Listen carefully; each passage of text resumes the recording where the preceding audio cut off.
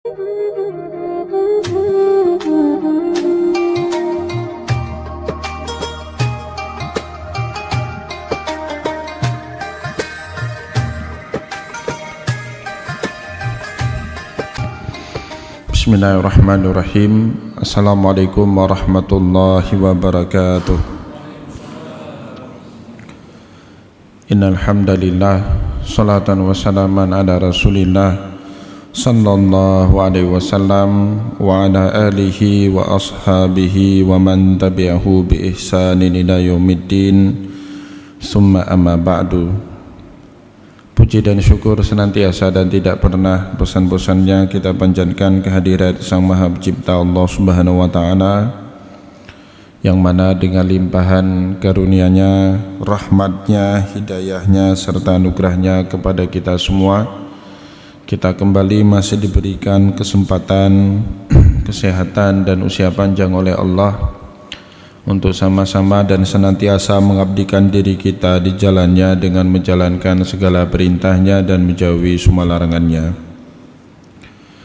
Salawat dan salam tidak pernah lupa pula kita hanturkan kepada junjungan alam Nabi besar Muhammad sallallahu alaihi wasallam, di mana beliau telah bersabda dalam sebuah hadis, "Alaikum bisunnati wa sunnatil khulafa'ir rasyidina min ba'di addu 'alaiha bin nawajis." Oleh kalian berpeganglah kepada sunnahku dan sunnahnya para khulafa'ur rasyidin setelahku, dan gigitlah kedua sunnah itu dengan gigi geraham kalian.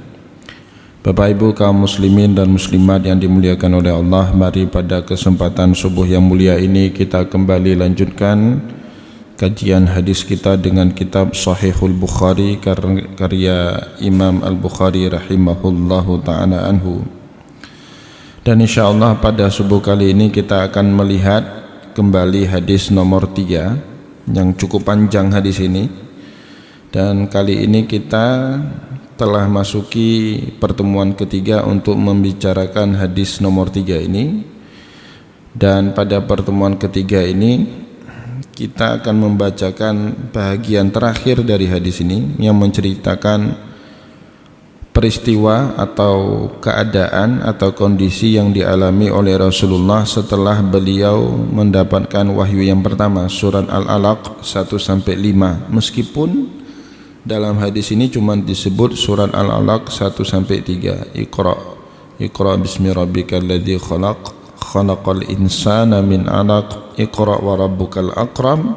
Cuman sampai di situ. Namun banyak sekali riwayat-riwayat yang lain yang menyempurnakan kekurangan penyebutan ayat dalam hadis nomor 3 Sahih Bukhari ini, sehingga banyak para ulama berpendapat ayat pertama sekali turun kepada Rasulullah surat Al-Alaq jumlah ayatnya 5 bukan 3. Jadi itu namanya at-taufiq.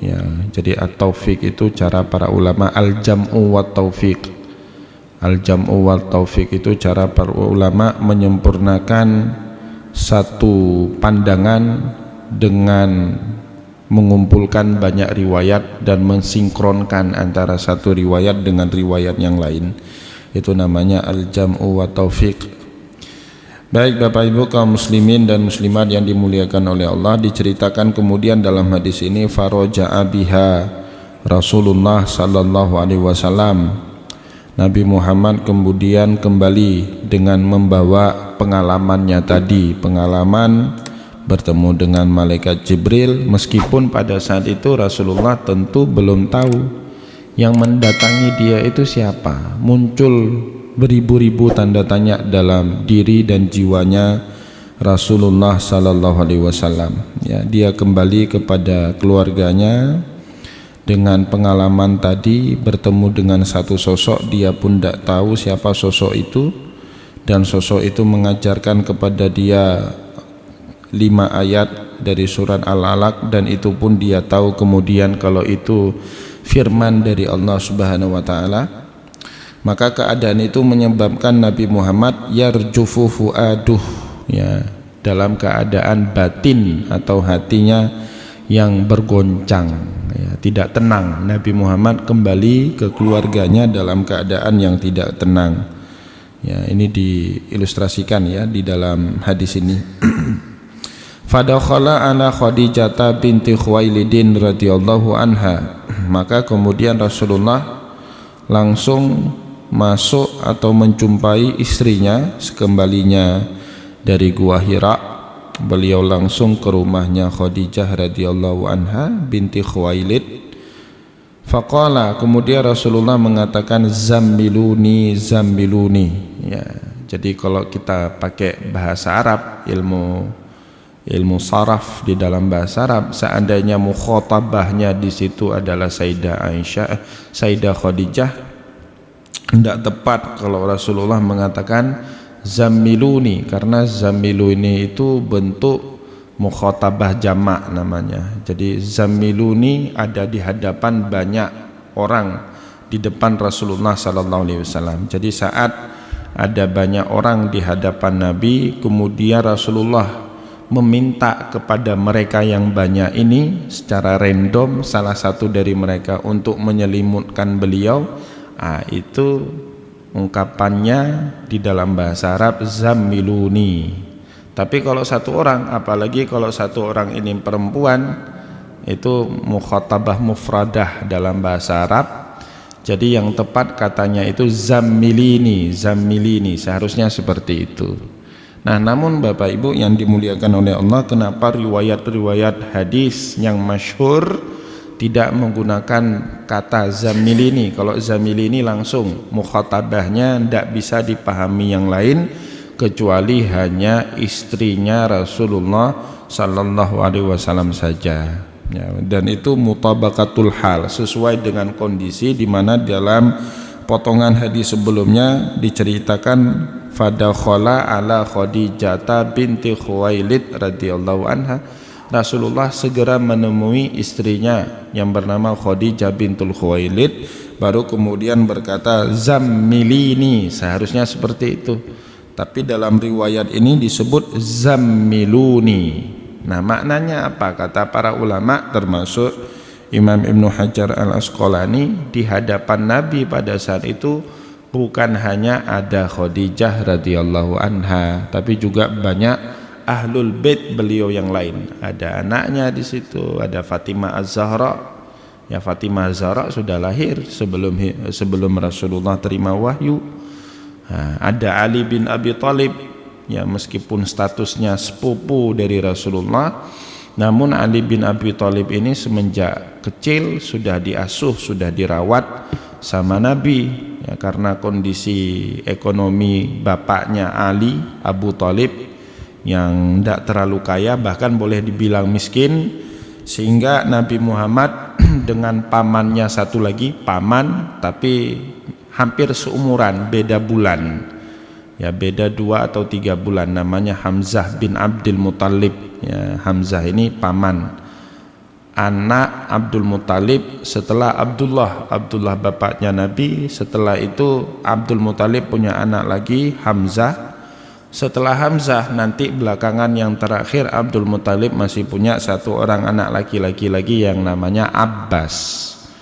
Abbas ini Bapak Ibu meski paman Nabi tapi usianya di bawah Nabi Muhammad sallallahu alaihi wasallam. Jadi tua Nabi bahasa Aceh, tuha bijeh, bahasa Aceh. Nah, dulu punya kesepakatan Hamzah sama Nabi Muhammad, bersepakat, kasihan lihat keadaan keuangan pamannya Abu Thalib, apalagi setelah Rasulullah menikah dengan Khadijah binti Khuwailid, kehidupan ekonomi Nabi Muhammad itu mulai membaik. Maka mereka mengambil merawat anak-anaknya Abdul Muthalib, anak-anaknya Abu Thalib. Kakaknya atau abangnya Ali bin Abi Thalib, Ja'far, ya, itu diasuh sama Hamzah. Padahal Ja'far ini Bapak Ibu dalam riwayat hadis yang begitu banyak, orang dari kalangan laki-laki yang paling mirip wajahnya dengan Nabi Muhammad sallallahu alaihi wasallam. Mirip sekali, bentuk rupa fisiknya itu mirip sekali Rasulullah. Kalau dari kalangan perempuan, putrinya Nabi Fatimah Az-Zahra itu orang yang paling mirip dengan Rasulullah. Nah, kemudian oleh Rasulullah Ali bin Abi Thalib. Ali itu bukan nama sesungguhnya, Pak. Nama sesungguhnya itu Haidar. Haidar itu maknanya apa? Macan tutul, macan yang punya bintik-bintik di kulitnya itu, yang larinya kencang. Nah, itu bahasa Arabnya Haidar. Nama beliau Haidar, nama pemberian bapak ibunya itu Haidar. Orang Arab dulu kan gitu, kasih nama dengan hewan-hewan yang keren. Haidar, Kilab, nah orang Arab dulu itu. Ya, kemudian oleh Rasulullah diubah namanya setelah nanti datang wahyu, datang masuk Islam diubah. Nabi Muhammad senang mengubah nama orang yang enggak baik menjadi baik, seperti itu. Itu namanya dalam ilmu hadis tafa'ulan. Jadi kalau ada orang namanya macam-macam, Bapak Ibu ubahlah namanya supaya menjadi lebih baik. Toh nama itu dalam agama kita dipandang sebagai suatu doa itu. Maka disebut oleh Rasulullah kemudian dia ini Ali. Ali artinya orang yang memiliki derajat tinggi, ya, bukan orang rendahan. Dan itu nanti disebut sendiri sama Ali bin Abi Thalib pada saat perang Khaybar. Ya, Rasulullah kasih tongkat komando kepada Abu Bakar untuk menaklukkan benteng Khaybar, gagal, kepada Umar gagal, Utsman juga gagal. Akhirnya diberikan kepada Ali tongkat itu, padahal Ali sebelumnya sakit, ya, disembuhkan sama Rasulullah, ditiup, ya, atau dalam riwayat yang lain fabasaka itu maknanya diludahi. Matanya Ali itu diludahi sama Nabi, sembuh. Lebih mujarab ludahnya Nabi sama obat mata. Kita pakai obat mata beberapa tetes belum tentu sembuh. Nah, Nabi diludahi sama, atau Nabi meludahi Ali, sembuh.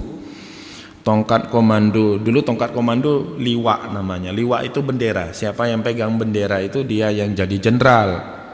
Diberikan kepada Ali. Ali senang sekali, dia lempar-lempar tongkat komando itu di hadapan para sahabat yang lain. Dia loncat-loncat, dia menari-nari, ya, sambil dia menyebut annalladzi sammatni ummi bihaidarah. Sayalah orang yang dulu saat lahirnya diberi nama oleh ibunya seorang Haidar, seorang macan.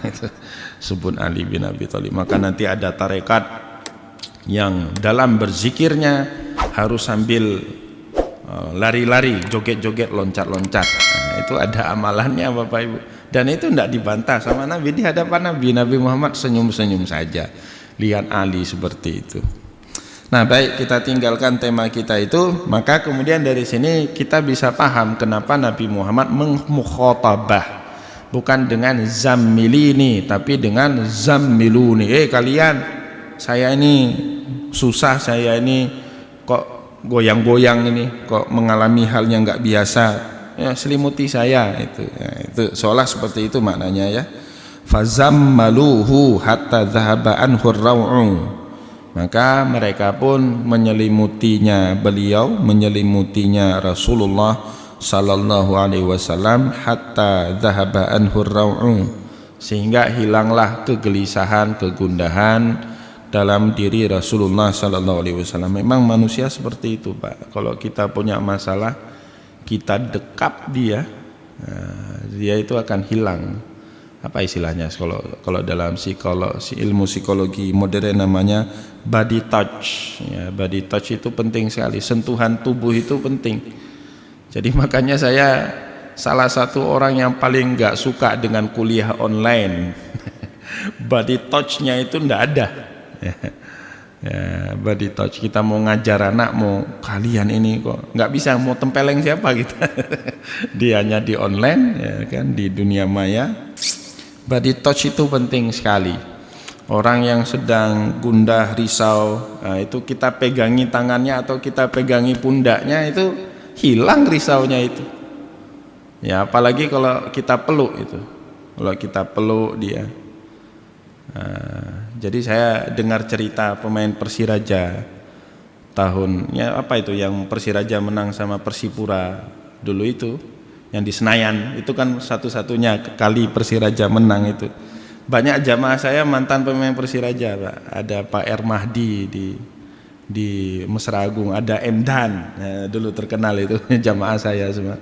Dia jelaskan dulu pelatihnya itu orang Singapura, mereka itu latihan di Singapura dulu itu.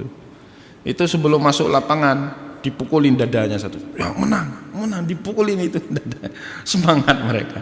Padahal kan Persiraja Banda Aceh waktu itu kuda hitam, ya kuda hitam mananya tidak diperhitungkan menang. Persipura itu yang dijagu-jagukan.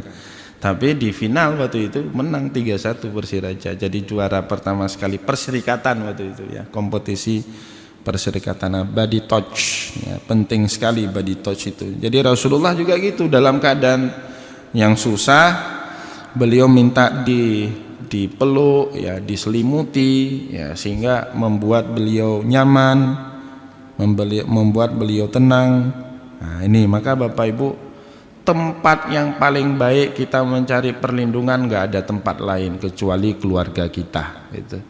Maka ini bapak-bapak ini baik-baiklah dengan keluarga. Kalau kita jelek sama istri kita, bingung kita ada masalah, nggak tahu kemana tempat kita mengadu ya. Tapi kalau kita baik dengan istri, baik dengan anak, pulang dari kantor ada masalah langsung dapat pelukan hangat dari mereka. Masalah yang seperti Gunung Uhud itu jadi seperti secuil pasir di pantai saja ya, jadi begitu ringan ya. Faqala li Khadijata wa akhbaraha al-khabara, maka kemudian Rasulullah memberitahu kepada istrinya Khadijah binti Khuwailid, wa akhbaraha al-khabara, dia ceritakan semua apa yang telah dia alami itu,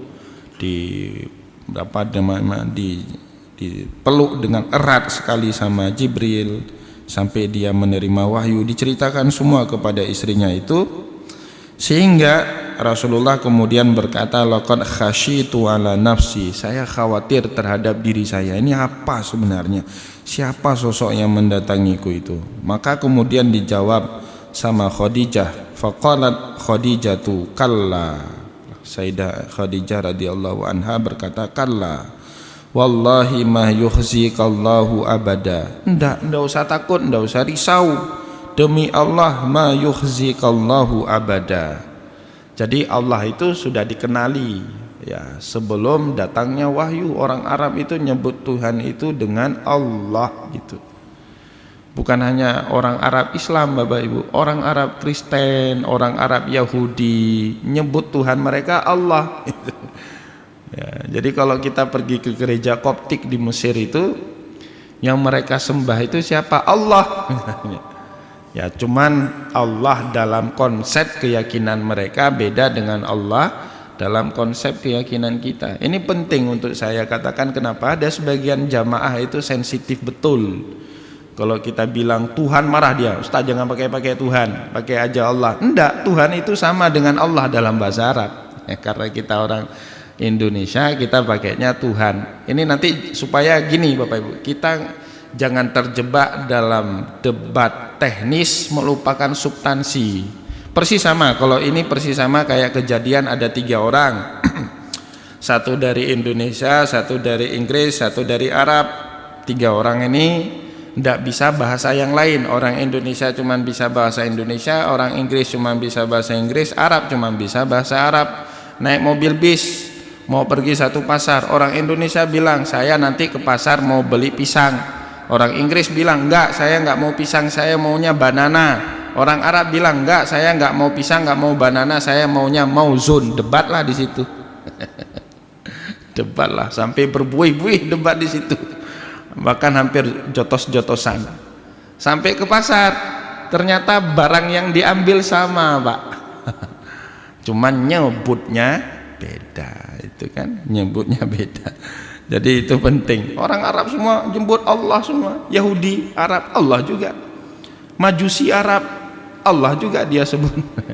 Kecuali Yahudi yang bukan Arab, Hebrew itu Tuhannya disebut Yehwa ya, itu dalam bahasa Hebrew, atau Eliyah dalam bahasa Suryani, seperti itu. Nah, jadi Khadijah waktu itu belum Islam, ya, belum datang syariat, tapi dia sudah tahu nyebut Allah, karena Allah itu untuk menyebut terhadap Sang Hyang Widi dalam bahasa kita ya. Tuhan yang telah menciptakan alam semesta ini, orang dulu itu nyebutnya Allah meskipun belum Islam. Nah kemudian sebutan Allah itu diafirmatif, diserap, ya dipakai dalam ajaran agama Islam. Allah menggunakan kata itu untuk menyebut dirinya dalam Al-Quran maupun dalam hadis Nabi di kemudian hari. Maka kata Khadijah radhiyallahu anha, kalla, ndak usah khawatir, wallahi demi Allah, ma yukhzikallahu abada, Allah itu tidak akan membuat kamu susah. Kenapa Khadijah punya keyakinan seperti itu? Ya, kenapa Khadijah punya keyakinan Nabi Muhammad enggak akan pernah dibuat susah? Siapa Khadijah sebenarnya? Kok tahu Khadijah ini hal-hal yang seperti itu? Bapak Ibu kaum muslimin dan muslimat yang dimuliakan oleh Allah, Khadijah itu sebelum beliau nikah sama Nabi Muhammad, ya kalau kita baca dalam kitab sirah itu ya, dia buat semacam research siapa sebenarnya anak muda yang bernama Muhammad ini. Dia buat semacam penelitian. Ya kenapa Khadijah pada saat itu ditaksiri oleh banyak laki-laki, Bapak Ibu. Bahkan orang yang menjadi pesaing berat Nabi Muhammad itu Abu Sufyan. Nah, nanti dalam Zadul Ma'ad, dalam kitab Zadul Ma'ad juga diceritakan itu. Pesaing berat Nabi Muhammad Abu Sufyan, dan itu juga nanti yang menyebabkan Abu Sufyan, salah satu sebab di antara sebab-sebab yang lain, sulit betul menerima ajaran agama Islam, terutama pada saat Khadijah binti Khuwailid masih hidup bersama dengan Rasul. Masuk Islamnya Abu Sufyan itu kan belakangan betul, waktu dalam peristiwa Fathul Mekah tahun 8 Hijriah, jauh setelah meninggalnya Khadijah binti Khuwailid. Dia buat semacam research, ini orang unik ya, kata Khadijah. Khadijah itu kan mengutus Maisarah, budaknya, untuk berdagang bersama Rasulullah. Maisarah itu bukan nama laki-laki, Pak. Bukan nama perempuan, nama laki-laki itu Maisarah. Saya juga heran, di Indonesia ini kalau disebut Maisarah, siapa yang terbayang? Laki-laki apa perempuan? Perempuan. Itu lucu juga orang kita ini. Jadi Maisarah itu nama laki-laki di Arab. Maka saya punya teman dulu satu angkatan dengan saya di Mesir, nama dia Maisarah, sekarang dosen di Samarinda itu. Kalau datang ke syu'un tulab, ke administrasi administrasi di kampus itu bingung mereka, Maisarah kok perempuan? Bingung mereka ya, karena di tempat kita Maisarah itu perempuan, tapi di Arab Maisarah itu laki-laki gitu ya. Baik, jadi Bapak Ibu diutus, Maisarah itu diutus, dan Maisarah bingung. Nabi Muhammad itu kan kalau ngambil untung tidak pernah lebih di atas 5%, tidak mau, padahal dia bisa itu ngambil untung lebih, tapi tidak pernah mau ya, yang penting laku barangnya ya, dan tidak pernah bohong orangnya, itu tidak pernah bohong, dan orangnya senang membantu orang lain. Jadi kalau dagangan beliau laku keras, orang di samping beliau nggak laku keras, padahal kualitas barangnya sama, harganya sama, beliau meminta customernya itu untuk beli dagangan di samping beliau. Itu diceritakan dalam kitab sirah. Padahal orang pedagang yang model seperti itu untuk masa jahiliyah jarang, Pak. Ya kalau sekarang kita dengar seperti itu kan boleh jadi dia terinspirasi dari Rasulullah macam-macam kan. Tapi dulu itu dari mana Nabi Muhammad ngerti yang seperti itu? Dia arahkan, udah saya udah banyak untung hari ini, beli saja sama yang di samping saya. Itu Nabi Muhammad. Kalau kita ngapain beli di samping saya aja, kalau nggak ada barang tunggu sebentar saya carikan barang. Barangnya punya orang, kita ambil, yang penting ambilnya dari kita kan gitu. Dan Nabi Muhammad enggak gitu, Pak. Dari dulu itu. Ini yang membuat Khadijah binti Khuwailid itu takjub sama kepribadian beliau. Sehingga kan dalam kisah sejarah itu yang ngelamar di situ kan sumur bukan timba, Pak. Khadijah yang ngelamar Rasulullah kan gitu. Dan ini kemudian dibenarkan dalam ajaran Islam. Seandainya seorang perempuan suka sama laki-laki, boleh dia membuka tawaran, ya, membuka khitbah, ya, agar kemudian membuka diri agar dia dikhitbah oleh laki-laki, itu boleh, bukan suatu aib Ya, ini maka Khadijah Al-Kubra itu, Khadijah Al-Kubra ini ngerti betul siapa Nabi Muhammad sallallahu alaihi wasallam. Dia sebut pertama, Allah nggak akan pernah menyakitimu. Kenapa? Karena kebaikan-kebaikan yang bertumpuk yang kau lakukan bahkan sebelum kamu mengalami kejadian ini. Innaka latasilur rahim, kamu selalu menyambung tali silaturahim. Bahkan setelah Nabi Muhammad jadi nabi, Bapak Ibu, dia diejek, dihina, tetap beliau tidak berubah silaturahimnya.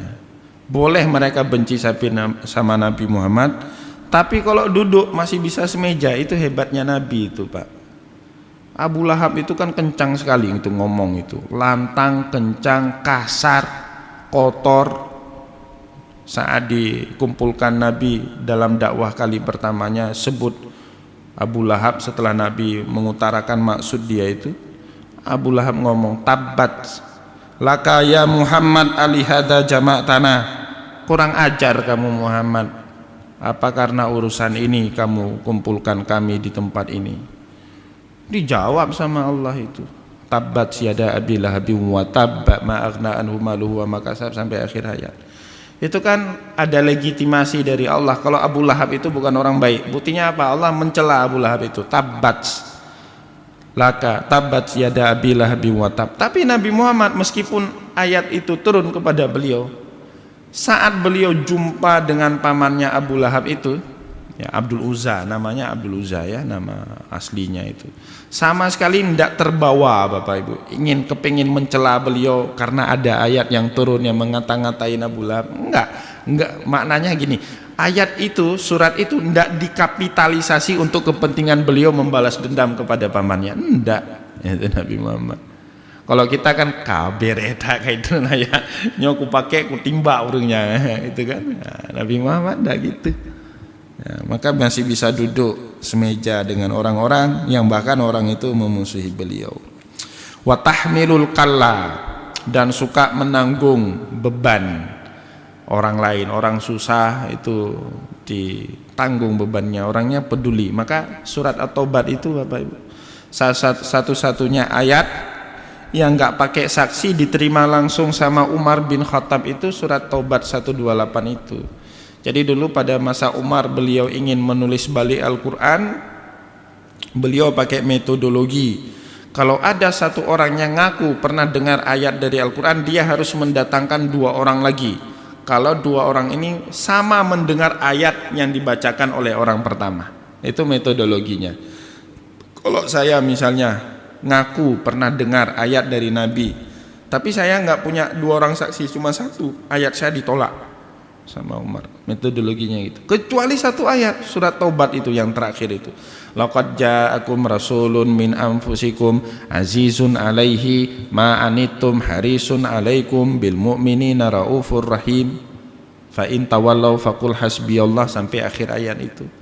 Itu saat dibacakan ayat itu, Umar bin Khattab cuma menjawab, begitulah Rasulullah sallallahu alaihi wasallam. Tidak butuh saksi, langsung ditulis dalam mushaf kita itu.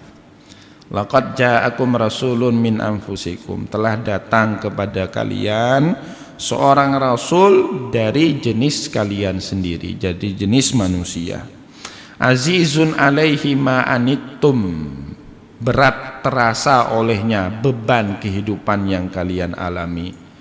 Harisun alaikum, sungguh-sungguh dia itu berusaha memberikan kebaikan, kemanfaatan yang banyak, yang luas kepada umat manusia. Bil mu'minina raufur rahim, dan dengan orang mukmin sangat peduli, sangat kasih sayang. Nah, itu ayat yang langsung diterima sama Umar bin Khattab, karena begitulah Nabi Muhammad sallallahu alaihi wasallam. Bahkan kadang-kadang demi memikirkan orang lain itu Nabi Muhammad mencelakakan diri sendiri. Dan itu yang dikritik sama Allah dalam banyak ayat Al-Quran. La'allaka bakhi'un nafsaka alla yakunu mu'minin. Muhammad, jangan sampai kamu mencelakakan dirimu sendiri gara-gara mereka tidak mau beriman. Itu potongan bawaannya Nabi Muhammad gitu. Bawa pikiran kalau orang nggak mau beriman. Kalau kita bawa pikiran kalau gaji belum turun. Bawa pikiran itu. Tapi Nabi Muhammad bukan itu yang dipikirkan. Bagaimana ini orang belum beriman, kok bisa dia belum beriman? Itu terbawa tidur itu Nabi Muhammad. Nah ini Bapak Ibu, maka kemudian dibilang nggak mungkin Allah menyakitimu, Anda ini kan orang baik, menyambung silaturahim, menanggung beban kehidupan banyak orang, wataksibul ma'du, menyantuni orang-orang yang tidak cukup rezekinya, ya kan? Jadi bakat-bakat ini sudah ada Bapak Ibu, bahkan jauh sebelum Nabi Muhammad menjadi seorang Rasul, ya, bakat-bakat buat baik ini, ya. Watakri'ud dhaifa, ya, senang menyantuni atau menjamu tamu, ya. Maka Nabi Muhammad itu tidak ada beban waktu dia dakwah itu ngajar agama Islam. Nabi Muhammad itu tidak ada beban Bapak Ibu. Bukan kayak kita ini kan mau dakwah mau taklim ada bebannya. Ada bebannya. Saya ini kan nampak keren sama Bapak Ibu karena Bapak Ibu tidak tahu aslinya saya. Tapi kalau di sini seandainya ada teman saya nggak bisa ngomong Pak, karena teman saya itu tahu saya dari ujung rambut sampai ujung kaki. Saya sering cerita itu, pernah satu kali di Masjid Oman itu sedang pengajian, tiba-tiba datang teman saya Pak, teman saya di Lok Sumawe, entah kenapa dia hari itu datang, sholatnya di belakang, tiba-tiba lagi enak saya kasih pengajian, duduk di depan gini aja dia, gitu dia. Keluar keringat dingin saya itu, kurang aja kayak pelaku kayaknya. Keluar dingin keringat, padahal Masjid Oman itu kan AC-nya sentral Pak, keluar keringat dingin saya, bergetar itu, dilihat gitu saya. Udah, padahal dia nggak ngapa-ngapain, cuma lihat. Karena apa? Dia tahu belangnya kita ini. Tahu dia. Tapi memang Allah Subhanahu Wa Taala itu maha adil Pak, adil sekali Allah itu. Satu hari saya ke Lok Sumawe, tempat sahabat saya ini tinggal. Terus mau sholat Jumat di Islamic Center, beliau jadi khotib Jumat, tapi saya nggak ngomong-ngomong kalau saya ada di Lok Sumawe. Khotib Jumat, ini mimbar, saya duduk di sebelah kanan mimbar. Nek dia pegang tongkat, sampaikan khutbah, enak sekali dia sampaikan khutbah. Saya di sekitar saf 3 atau saf 4, tiba-tiba dia menatap saya, menatap saya. Agak kaget dia kan ada saya di situ. Setelah itu tatapan pertama dan tatapan terakhir dia ke saya. Ke kiri terus, nggak pernah ke kanan lagi ini. Barakallahu li walakum fil Qur'anil Karim. Ke kanan nggak lihat lagi. Dalam hati saya hampir batal ini khutbah ini. Gara-gara kehadiran saya. Kenapa? Dia kan nampak keren di depan jamaah dia itu. Depan saya mana ada keren orang ini. Maksudnya gini Pak, kita ini kan ada beban ini kalau mau ngomong. Kenapa? Masing-masing kita kan punya masa jahiliyah, ya kan? Ada masa jahiliyahnya kita ini Pak. Nabi Muhammad tidak punya track record jahiliyah ini, ya, jadi dia tidak beban. Misalnya Nabi Muhammad bilang, man kana yu'minu billahi wal yaumil akhir falyukrim daifahu, barang siapa beriman kepada Allah dan hari akhir, hendaklah dia memuliakan tamunya. Memang itu kerjaannya dari dulu, memang itu hobinya, bahkan sebelum dia jadi nabi, ketika dia kecil pun sudah senang menjamu tamu, jadi tidak ada beban. Jadi kalau kita menjamu tamunya baru-baru ini aja, kan itu pencitraan namanya Pak. Dulu tidak pernah jamu tamu, tapi sekarang senang jamu tamu, itu pencitraan. Nah, ini Nabi Muhammad tidak ada beban itu. Dari dulu dia seperti itu. Wa taqri'ud dhaifa, senang menyantuni tamu. Wa tu'inu ala nawaibil haq, ya, beliau senang membimbing, mengarahkan orang kepada jalan kebenaran, ya. Fantalakat bihi Khadijatu hatta atat bihi Waraqata bin Naufal bin Asadi Abdul Uzza. Ya, kemudian untuk memantapkan Nabi Muhammad, setelah Nabi Muhammad dihibur sama Khadijah binti Khuwailid, Allah tidak akan menyakitimu karena kamu ini orang baik, disebut satu persatu perbuatan baik yang hobi betul Nabi Muhammad lakukan sebelum dia jadi Rasul, disebut satu-satu, dan itu ternyata ngefek sama Rasul, membuat Rasulullah lebih nyaman, lebih tentram, Nah, kemudian di dalam cerita hadis ini fantalakat bihi Khadijatu. Ya, Khadijah pergi sambil bihi bawa Nabi Muhammad sallallahu alaihi wasallam hatta atat bihi Waraqah bin Naufal. Ya, bawa ke praktek dokter lah bahasa kita ini. Ya, bawa kepada orang yang ngerti apa sebenarnya terjadi. Siapa orang yang dianggap ngerti ini? Waraqah bin Naufal. Ya, siapa dia? Insyaallah pada pertemuan yang akan datang kita akan menguraikan, akan menceritakan kenapa mesti dibawa kepada Waraqah bin Naufal. Ya, kenapa enggak kepada orang-orang lain? Toh di Arab, di Mekah pada saat itu kan banyak orang bijak juga selain daripada Waraqah bin Naufal. Kenapa Waraqah bin Naufal yang dipilih oleh Khadijah binti Khuwailid Al-Kubra radhiyallahu anha? Baik Bapak Ibu kaum muslimin dan muslimat yang dimuliakan oleh Allah, sebelum kita tutup pengajian kita pada subuh kali ini, terlebih dahulu saya persilahkan kepada Bapak Ibu semua untuk bertanya jika ada hal yang ingin ditanya. Baik, jika tidak ada kita padakan pertemuan kita di subuh yang mulia ini. Semoga apa yang kita sampaikan ini bisa menambah pengetahuan kita terhadap sejarah turunnya wahyu kepada Rasul, sekaligus nilai-nilai baik dari diri Rasulullah sallallahu alaihi wasallam itu kita ambil, kita serap untuk kemudian kita terapkan dalam kehidupan kita sehari-hari. Semoga ada manfaatnya. Wallahu muwaffiq ila qaumit thariq wa nasrum minallah fatun karim. Wassalamualaikum warahmatullahi wabarakatuh.